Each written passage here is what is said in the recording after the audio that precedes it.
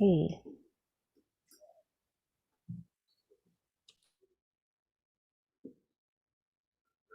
Ready to get started. Today is Tuesday, August 3rd. It's 10 a.m., so it's time for another Tuesday talk with church communicators. Welcome everybody that's here.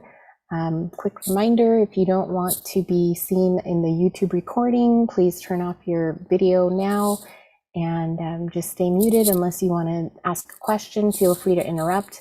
I'm going to go through my spiel and I'll ask for questions after each segment, but you don't need to wait. You can just go ahead and interrupt if you have a question or you want to add some more information. The first thing that I wanted to cover with you guys today is about ERT, which means emergency response training, I think. It's early response training, early response team.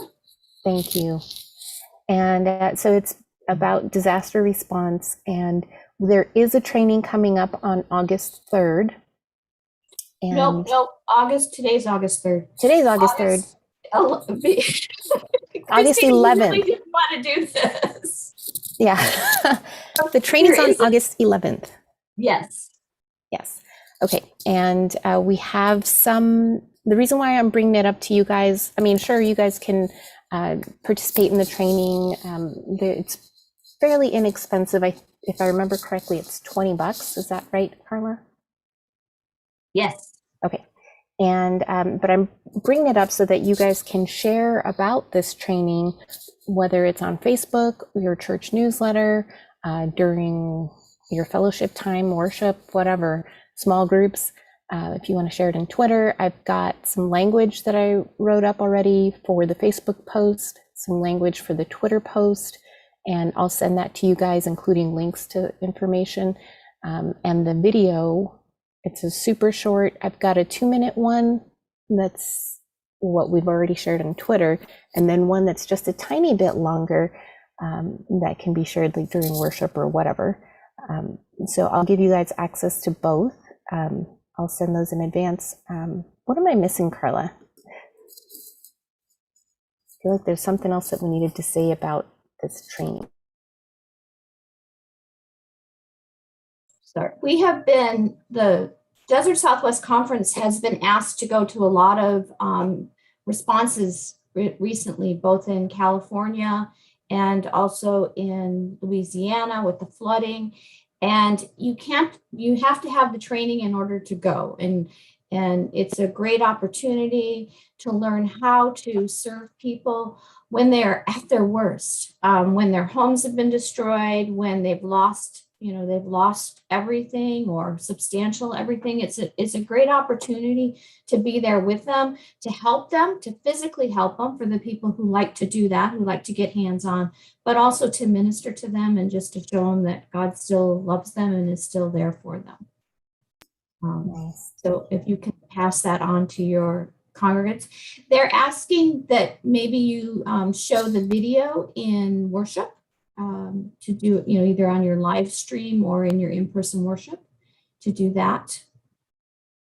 I think that's about all, Christine. Okay. So like I said, I'm going to send you guys language and links to stuff, but I'm going to share my screen real quick just to make you guys a little more familiar with where to find stuff. So you'll see in my browser here, it's dscumc.org/disaster response. You could also use the URL dscumc.org/ERT, and that'll bring you to the same page. And here, so right now we're talking about that August 11th training that's coming up, but this is where you can see, you can see right at the top, you can see who to call if you have questions, if you want somebody to come out to your church to host a training, because sometimes the locations or dates don't work out really well. But just know that you can have them come out to your church or do a Zoom training maybe. I don't know how that works, but I just know there's more opportunities than what you see here. So this page will show you things that are happening right now. This is a rotating slider, so it tells you about other stuff that's going on. This is the video that we're talking about, and here's where you can download the longer video. It's just a little bit over 2 minutes. Maybe it's 2 minutes, 20 seconds, but those extra 20 seconds makes it too long to share with Twitter. So I'll add the shorter video right next to it. I forgot to do that. And then if you wanted to find out, well, when's the training? Where's that? What's going on with that? You can click here on ERT training. It'll open up a new page. There we go. And this is the August 11th one. Here's where you can register. As I mentioned, you can request training. And again, here's that same video, and I'll add the other shorter video as well in case it's really, you just need the shorter one if you're going to share it in Twitter. That's where there's a restriction. I shared this longer one in Facebook and it was just fine. I uploaded it directly to Facebook. So you could also share the Facebook post or like and reshare the Twitter post that we have. Either one is fine, but if you could download it and share it during worship, that would be fabulous. Because it doesn't talk specifically about August 11th training. It talks about why somebody would want to be trained. And, I think it talks a little bit about the impact for the individual as well. And there's a scripture in there, 1 Paul something. Sorry. Questions about this? Okay. All right. Thanks for helping me out with that, Carla. Really appreciate it. All right. So the next thing is another favor for you guys. If you could, I'm going to send you guys a write-up for a job opening at the conference office for the assistant treasurer. I'm going to share my screen again.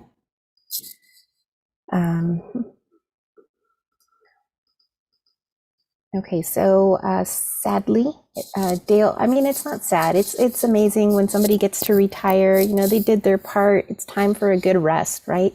I'm just sad because, I worked with them. They're my friends, and I hope that I'll get to see them often. But I guess with COVID, I didn't really see them often anymore anyway, other than through Zoom. But yeah, Cynthia Satchel, our pension and health benefits officer and facilities person, she's retiring as of September 1st, as is Dale Cook, Randy Bowman's, right-hand man. He's the assistant treasurer. So this is the part that I am gonna send to you guys in the email after today. If you would, please copy and paste this into your church newsletter or share this information with somebody that you know, that ideally if they have a CPA background, that would be great. We'd love to have somebody that is familiar with the church, how it all works, but we're open to anyone that fits. It doesn't have to be a United Methodist person. So that was the other part. Any questions about that? Okay. Then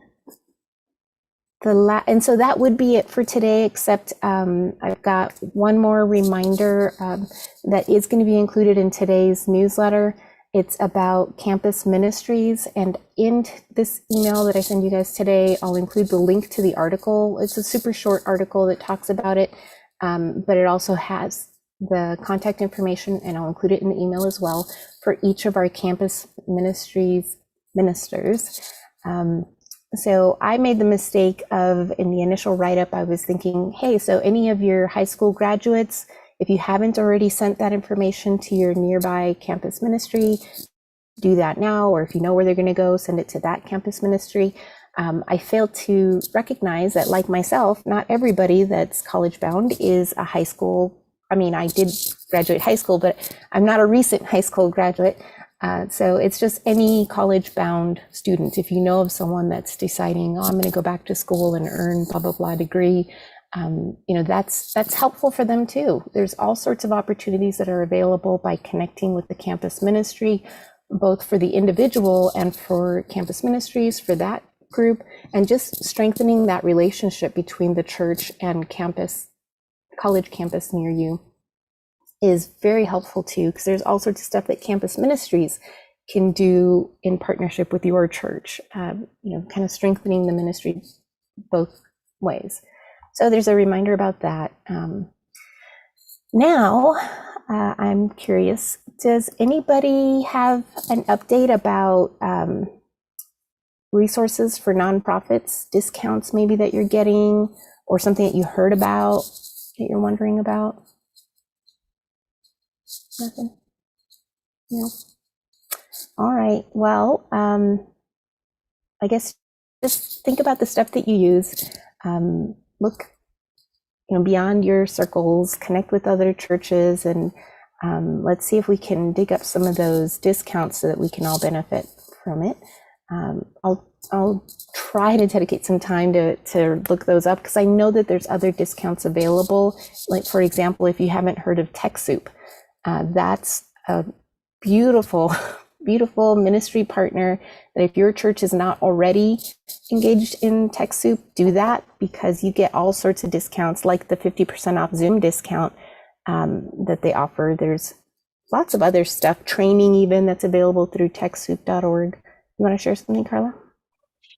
So what I found is, even if you don't see an offer online for nonprofits, if you just email the marketing person and explain to them that you're a nonprofit, they are usually more than willing to give you the education discount. So whatever they give to educators, they will give you the same discount. So it's worth it. I mean, it took, when I signed up for Mentimeter for the conference, it took me 5 minutes to send the email, and they responded back to me within an hour. Nice. That's a great reminder, Carla. That's actually how we, as the conference, ended up getting great discounts, both with Zoom above and beyond TechSoup, just connecting directly with Zoom and explaining, like, this is who we are. We're not trying to make money off of our churches, but we all need this platform. And so if you could help us out right now. And they've been so gracious. The guy that I had talked to, his mom actually volunteers heavily at the church. And he was explaining how his mom's church uses it. And so he really went above and beyond to get us the discount that we get. And they've been super amazing in renewing that discount year after year. From what I understand, because of our contract, I'm understanding that they can't change it unless we create a new contract that says, okay, now they're going to charge us more. So they're really committing to being available to nonprofits in the long haul. It's not, they offer a different discount for different nonprofits. We were just able, I think, by connecting one-on-one, able to get an extra discount. Same thing happened with our annual conference app. A few years ago, we were using an annual conference app we had set up a 4-year contract where they give us a huge discount, and it's just because we're a nonprofit connecting one-on-one, and it wasn't something that was available online. It was just negotiations, like, look, please help us.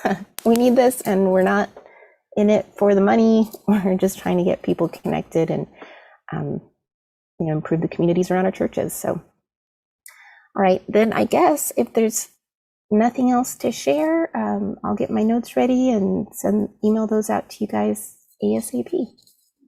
Hope you guys have a great rest of your day.